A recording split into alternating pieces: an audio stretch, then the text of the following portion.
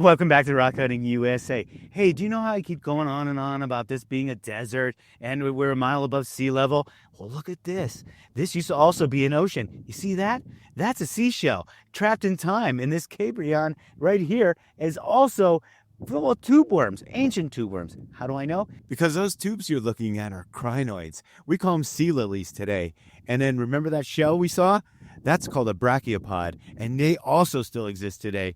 300 million years ago, they were tossed around on the bottom of the sea. Today, they're at the top of the desert. Rock hunting USA.